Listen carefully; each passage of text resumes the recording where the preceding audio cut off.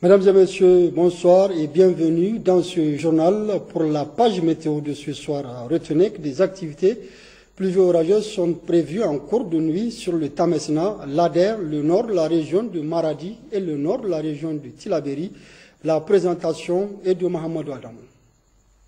Chers téléspectateurs, bonsoir et ravi de vous retrouver pour cette page météo. Aujourd'hui, la situation météorologique a été marquée par un ciel nuageux avec des températures agréables sur la majeure partie du pays. Cet après-midi encore, quelques foyers orageux ont fait leur apparition.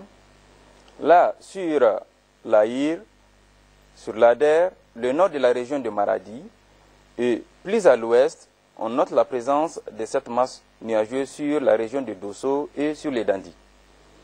Cette situation va évoluer et nous prévoyons en cours de nuit des activités pluvio-orageuses faibles à modérées sur le Tamesna, l'Ader, le nord de la région de Tillabéri et le nord de la région de Maradi également. Notons également un passage nuageux sur les régions du fleuve. Et pour la matinée de demain, c'est un ciel nuageux qui est attendu sur toute la bande sud du pays, mais beaucoup plus marqué sur les régions du fleuve où on peut avoir des averses par endroits. C'est tout pour cette page météo. Au revoir et à demain, Inch'Allah.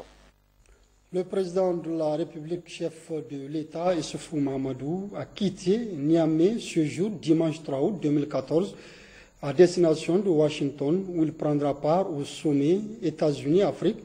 Le chef de l'État est accompagné dans ce déplacement de Bazoum Mohamed, ministre d'État, ministre des Affaires étrangères, de la coopération, de l'intégration africaine et des Nigériens à l'extérieur, Karidjo Mahamadou, ministre de la Défense nationale, Seydou Sidibé, ministre directeur du cabinet du président de la République, Alma Oumarou, ministre du Commerce, de la promotion du secteur privé, Alahouri Amadou, haut commissaire à l'initiative 3e.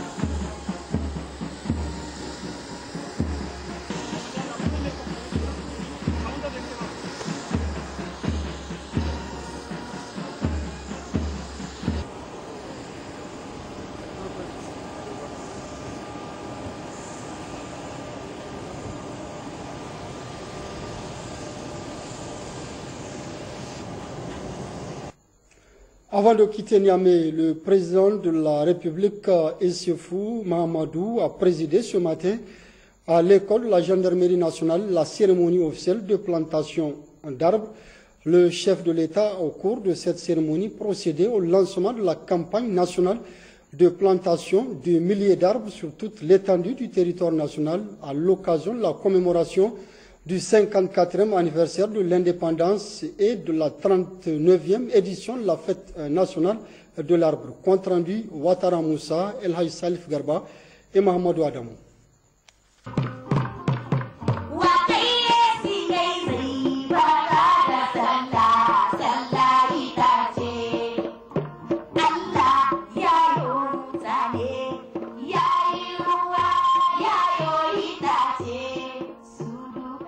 Août 1963, août 2014, le Niger commémore aujourd'hui le 54e anniversaire de son accession à l'indépendance. Et depuis 1975 est également célébrée en cette date la fête nationale de l'arbre. La 39e édition de cette fête a été lancée à l'école de la gendarmerie nationale par le président de la République Issoufou Mahamadou, donnant ainsi le coup d'envoi de la campagne nationale de reboisement 2014 pour la plantation de milliers d'arbres sur toute l'étendue du territoire national. L'instant était solennel, d'où des discours prononcés tout d'abord par le gouverneur de la région de Niamey, Hamidou Garba, qui a plaidé pour la promotion de la foresterie urbaine. Le ministre de l'Environnement, de la Salubrité urbaine et du Développement durable a lui expliqué le choix du thème de cette année qui est « Contribution de l'arbre à la résilience des populations face au changement climatique » et a rappelé les multiples efforts du gouvernement en matière de protection de l'environnement. Du fait de son rôle en matière de protection et de maintien de la fertilité des sols, de création des revenus monétaires et de fourniture de compléments alimentaires et nutritionnels, l'arbre contribue à améliorer la résilience des populations au changement climatique et à la désertification. Excellences, Monsieur le Président de la République, chef de l'État, sous votre impulsion et sous la clairvoyante et sage coordination de son Excellence Birji Rafini, Premier ministre, chef de gouvernement, l'on peut dire sans risque de se tromper que beaucoup de choses ont été faites et sont en cours en matière de protection de l'environnement. En effet, depuis votre accession à la tête de la magistrature suprême, mon département ministériel, avec l'appui de l'État et ses partenaires, met en œuvre des actions ardues de restauration et de préservation de l'environnement, actions inspirées de votre ambitieux programme de renaissance pour le Niger et plus particulièrement du plan d'action de l'initiative 3N. Les importants résultats enregistrés largement publiés en avril dernier à l'occasion de l'exercice novateur de présentation du bilan annuel de l'action gouvernementale sont très encourageants.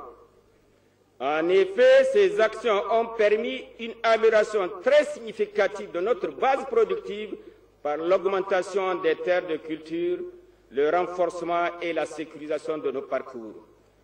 Elles ont également permis, au plan socio-économique, la distribution de 35 milliards de francs CFA de revenus aux populations et la création de 100 000 emplois ruraux de 6 mois, contribuant ainsi à réduire de manière significative l'exode et le chômage en milieu rural. Ces résultats promoteurs et encourageants ne doivent cependant pas rassurer les autorités sur une quelconque maîtrise de la désertification, de l'insécurité alimentaire et des changements climatiques. Elles doivent au contraire redoubler d'efforts, d'où le lancement par les autorités de la 7e République d'un vaste programme intitulé « Un village, un bois ». Vous savez que la question de l'environnement, la question du changement climatique fait partie du programme ambitieux de l'initiative 3N parce que une des premières préoccupations c'est de sauvegarder le capital de production que constitue la terre et c'est pour cela que nous avons décidé à l'occasion de la présente cérémonie de lancer l'opération Un village, un bois. Nous lançons un appel à tous les Nigériens pour qu'ils mettent l'accent sur la plantation des arbres, pour qu'ils mettent l'accent sur la protection de l'arbre, en particulier dans le domaine de l'agroforesterie, c'est-à-dire même dans les champs, quand un arbre pousse naturellement, il faut l'entretenir, il ne faut pas le détruire. Et donc j'espère que cette campagne qui est lancée aujourd'hui va se poursuivre de manière permanente. Il ne s'agit pas d'une action ponctuelle, il s'agit d'une action permanente qui va se dérouler tout le long de l'année, je dirais même tout le long des années, parce qu'il s'agit de contrer le désert qui ne cesse d'avancer, il s'agit de reconstruire notre environnement qui est très fortement dégradé. J'espère que tout le monde aujourd'hui sait l'utilité de l'arbre sur tous les plans, sur le plan alimentaire, sur le plan écologique, même sur le plan de la possibilité d'accroître le niveau de pluie dans le pays. Comme les précédentes, cette 39e édition a donné lieu à l'organisation d'un concours national de plantation d'arbres. 4 prix ont été ainsi décernés à la suite de la proclamation des résultats. Vraiment, cette année, l'environnement a été pris en considération parce que protéger un arbre, c'est ça qui protège l'homme aussi. Quand on protège l'environnement, donc ça veut dire que la population est protégée. Donc c'est pour cela nous, notre joie ici, c'est que moi je suis venu d'Agadez uniquement pour venir participer à cette fête. C'est pas même le prix, c'est de quitter ma région et venir au niveau national pour fêter avec le président de la République. Vraiment c'est une joie pour nous. Et vraiment on souhaite que ce genre d'action continue pour que toute la population comprenne que l'environnement, l'arbre, ce n'est pas à négliger. Ces initiatives doivent être davantage soutenues et renforcées. Du reste, chaque Nigérien doit accomplir son devoir citoyen en plantant un arbre. Cela rentre dans le cadre de la protection de l'environnement, donc de l'amélioration des conditions de vie des populations. Dans son message à la nation à l'occasion de la fête du 3 août 2014, marquant le 54e anniversaire de l'indépendance du Niger et la 39e édition de la fête de l'arbre, le président de la République a annoncé, comme vous l'avez entendu, le programme de reboisement Un village, un arbre. À cet effet, je vous propose de suivre ce reportage de Khadijatou Hassan et Mahamadou Adam. À l'occasion de la fête de l'indépendance correspondant à la 39e édition de la fête nationale de l'arbre, le président de la République, son Excellence Issoufou Mahamadou, a dans son message à la nation lancé un signal fort. Nos villes et nos campagnes doivent être propres en toutes circonstances, conformément aux prescriptions de notre religion. Il a aussi décidé, dans le cadre de la fête de l'arbre, de lancer l'opération Un village, un bois. Cette opération sera lancée par le ministre chargé de l'Environnement. Un village, un bois. C'est la particularité de cette édition 2014, dont le coup d'envoi a été donné ce matin par le chef de l'État, au camp de la gendarmerie nationale de Niamey, situé dans le 1er arrondissement. Une fête dont se réjouit le maire de cette commune. On a planté donc des milliers d'arbres. Et vous avez vu que le centre-là n'a pas été choisi au hasard. Nous comptons donc vraiment sur les gendarmes pour que l'année prochaine, en visitant, qu'on trouve qu'on n'a pas choisi le site par hasard. Vous voyez qu'ici, il n'y a pas de divagation d'animaux, il n'y aura rien. Et nous sommes sûrs que chaque matin, les plantes seront arrosées. Les maires sont là. Chacun dans son arrondissement aussi va procéder à cette fête-là. Moi, je vais planter des arbres au niveau du CG franco-arabe de Koubia. Donc, ça sera la même chose dans les autres arrondissements. Donc, pour vraiment répondre à l'appel lancé au Conseil des ministres. Cette fête, c'est également pour tous les Nigériens une façon de lancer des appels à l'endroit des populations, soit sur le suivi après la plantation des arbres, soit sur son importance pour notre environnement, mais aussi et surtout en réponse au changement climatique. Le thème que nous avons choisi cette année, c'est contribution de l'arbre à la résilience des populations face au changement climatique. Il s'agit de dire effectivement comment les populations réagissent et quelle est la contribution de l'arbre par rapport à leur réaction pour se réadapter aux nouvelles conditions qu'imposent le changement climatique. On peut dire que cette fête a été véritablement une réussite et nous sommes sûrs que ici dans cette école, les plantations vont réussir à 100%. Cette année, les gens ont mis beaucoup d'efforts pour que ça réussisse. Et je souhaite le bon Dieu, parce que ça fait ma 33e année que je participe à cette fête-là. Et que cette fête soit une leçon de morale pour les gens. Les gens doivent se ressaisir. Je remercie aussi le président de la République pour son effort et la confiance qu'il nous a donnée pour que cette fête soit une fête réussie. Les arbres constituent une grande richesse pour nos populations. C'est le cas de ce récipiendaire de la région de Zander, commune de Kantié, qui a gagné le 3e prix du Premier ministre d'une enveloppe de 2 millions de francs CFA. L'herbe, c'est quelque chose qu'on doit considérer même dans l'islam. En plus, l'herbe aussi comme villa, il sert de refuge, il sert de cage. Si vous prenez par exemple l'abeille, elle rentre au niveau des arbres qu'on appelle kogo, un coin de l'arbre, pour pouvoir essayer de mener sa vie. Nous, l'arbre là, on a vu ses utilités, vraiment, et on continue à constater et on soutient vraiment l'arbre. Le message du président de la République, son Excellence Issoufou Mahamadou, est très significatif. Un village, un bois doit concerner tout un chacun. Et surtout, les différentes communes du Niger doivent donner le bel exemple. À l'occasion du 54e anniversaire de l'indépendance, le président de la République s'est donc adressé à la nation. Dans son message, le chef de l'État a rappelé que la précédente commémoration à celle de cette année, le Niger a connu beaucoup d'événements dans sa vie politique, économique et sociale avant de développer plusieurs points. De la situation sécuritaire, le président Issoufou a dit que la sécurité qui prévaut sur le territoire nigérien est un bien précieux qui doit être préservé et pour cela, le Niger va continuer sa coopération sécuritaire avec tous les pays amis. La sécurité qui existe sur notre territoire est un des biens les plus précieux que le gouvernement continuera à préserver. Le gouvernement ne baissera pas la garde et restera attentif à l'évolution de la situation dans les pays voisins, notamment au Nigeria, où la menace de Boko Haram persiste, en Libye, où les milices s'affrontent et affrontent les autorités centrales du pays, et au Mali. S'agissant de la Libye, il est regrettable que la communauté internationale soit restée sourde à nos mises en garde.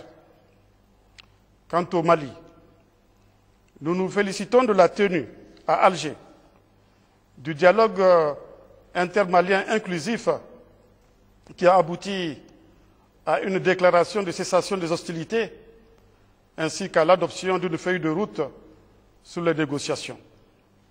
Notre pays continuera à agir avec détermination pour la pacification de la zone sahélo-saharienne en collaboration étroite avec ses voisins. C'est dans cette perspective que nous nous concertons entre pays voisins de la Libye. C'est aussi dans la même perspective que nous travaillons avec le Bénin, le Cameroun, le Nigeria et le Tchad afin de mutualiser nos capacités de renseignement et nos capacités opérationnelles. Nous continuerons également notre coopération sécuritaire avec tous les pays amis, notamment avec la France et avec les États-Unis d'Amérique. La visite d'État effectuée le 18 juillet dernier par le président français, M. François Hollande, a permis de renforcer nos liens de coopération dans ce domaine, ainsi que dans celui du développement économique et social.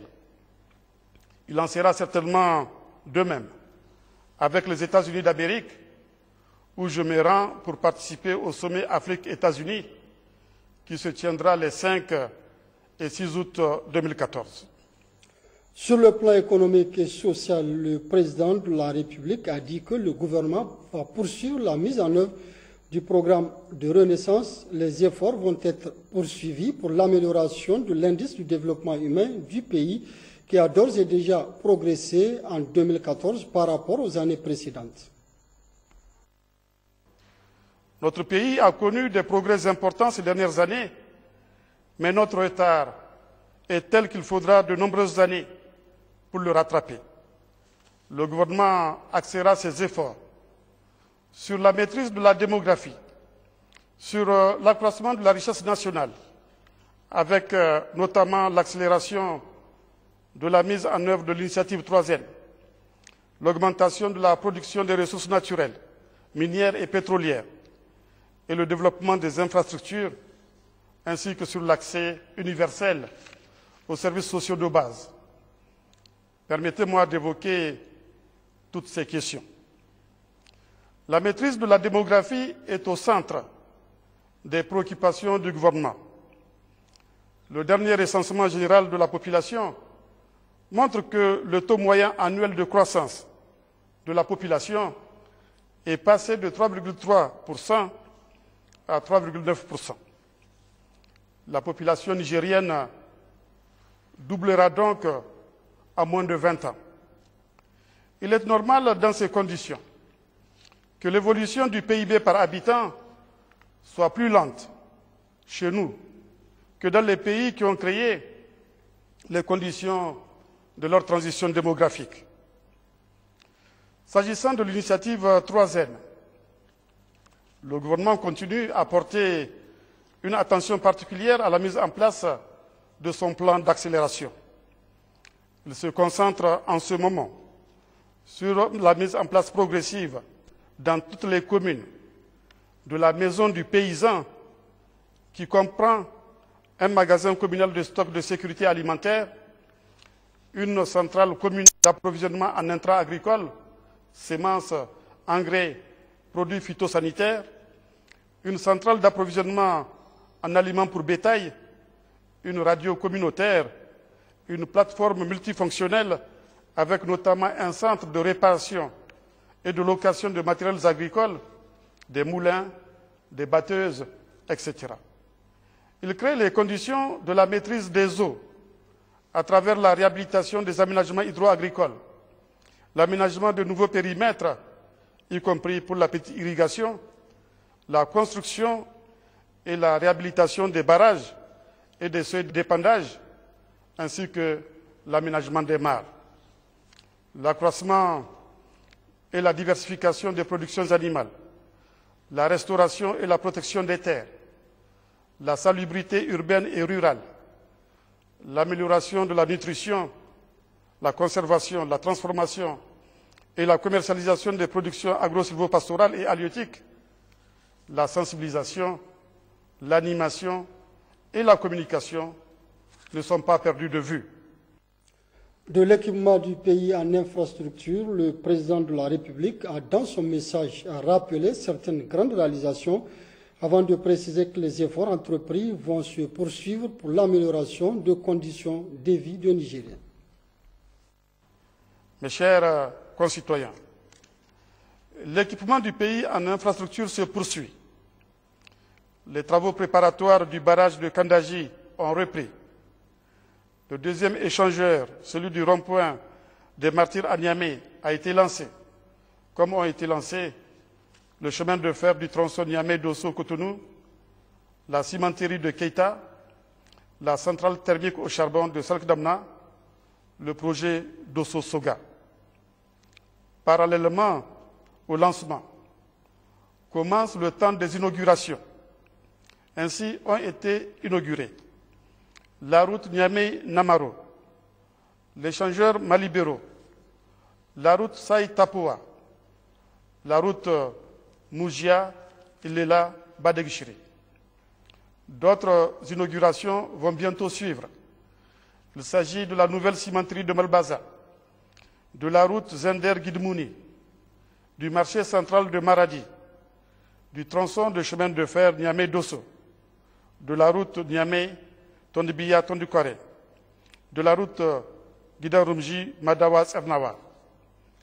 Les infrastructures scolaires, sanitaires et hydrauliques relèvent du quotidien. Il serait donc fastidieux de les inaugurer. D'ici la fin de l'année, d'autres projets d'infrastructures majeurs seront lancés, plaise à Dieu. Mes chers concitoyens, le Niger est certes un pays agricole, mais c'est aussi un pays minier et pétrolier. La diversification de l'exploitation des ressources naturelles permettra à notre pays d'échapper à la fragilité de la monoproduction. Récemment, les négociations menées avec Areva pendant plusieurs mois ont abouti à un accord stratégique équilibré avec ce vieux partenaire du Niger. Cet accord a été publié au journal officiel car nous tenons beaucoup à la transparence dans le secteur des industries extractives. Récemment, des dépôts d'or ont été découverts dans le Jado, provoquant une ruée vers l'or que le gouvernement a décidé de contrôler. Les orpailleurs seront organisés, des titres miniers seront donnés à la Sopamine. Cette découverte dans le Jado prouve que notre sous-sol est loin de nous avoir révélé tous ses secrets. S'agissant de la production pétrolière, le ministre chargé de l'énergie et du pétrole vient de conclure les négociations avec son homologue du Tchad en vue de l'évacuation par pipe de notre production de pétrole brut à travers ce pays. Un accord similaire a déjà été conclu avec le Cameroun. Je fonde l'espoir que dans quelques années, la production pétrolière de notre pays atteindra 80 000 barils par jour et au-delà, plus tard, ce qui permettra à notre pays de disposer de recettes financières en rapport avec ses ambitions. Le Premier ministre Brigitte Rafini, qui a regagné Niamey ce matin en provenance de Nouakchott, en Mauritanie, où il a représenté le président de la République à la cérémonie d'investiture du président de la République islamique de Mauritanie, était, vous allez le voir, cet après-midi, au stade général Seyni Kounché pour la finale de la Coupe nationale édition 2014, une finale qui a enregistré la victoire du Sahel Sporting Club sur l'Union sportive de la gendarmerie sur un score de 3-0, les temps forts de la rencontre avec Jibril Namalka. Le stade d'honneur général Seyni Kounché a accueilli la finale de la Coupe nationale édition 2014. Édition qui a opposé le Sahel Sporting Club en vert à l'Union sportive de la gendarmerie en bleu, une grande première pour la gendarmerie. Aussitôt de retour de la Mauritanie, le Premier ministre Brigitte Rafini a effectué le déplacement du stade accompagné du ministre de la Jeunesse et des Sports, le gouverneur de la région de Niamey, pour le coup d'envoi de cette rencontre en ce jour de fête du 3 août. Le Sahel, un habitué et routinier de la Coupe nationale, payera cher pour sauver sa saison sportive. Au cours du championnat, les Verts et Jaunes du Nouveau Marché se sont pliés à l'aller comme au retour devant les gendarmes. Il va falloir alors pour les poulains de Zakariaou prendre leur revanche. Après plusieurs tentatives, ces derniers parviennent à ouvrir le score à la 40e minute par l'entremise d'Alassane Moussa. Un but intervenu au bon moment, juste avant la pause. À peine 3 minutes après la reprise, Mohamed Ahoumet creuse l'écart du deuxième but. Et du coup, les gendarmes ont perdu tout espoir de revenir au score. Et pour mieux se conformer à la date du 3 août, Moussa Barmini offre le 3e but à ses coéquipiers dans les arrêts de jeu. Les Verts et Jaunes aux anges. Pratiquement, ils ont oublié leurs mauvaises prestations lors du championnat. Le Sahel remporte la Dame Coupe accompagnée d'une enveloppe de 4 millions, 2 millions pour l'Union sportive de la gendarmerie qui n'a pas démérité, car étant impromis, arrive à ce stade de la compétition est très encourageant. Le Sahel doit alors, pour sa part, revoir son effectif afin d'affronter les échéances africaines en toute confiance et en toute sérénité.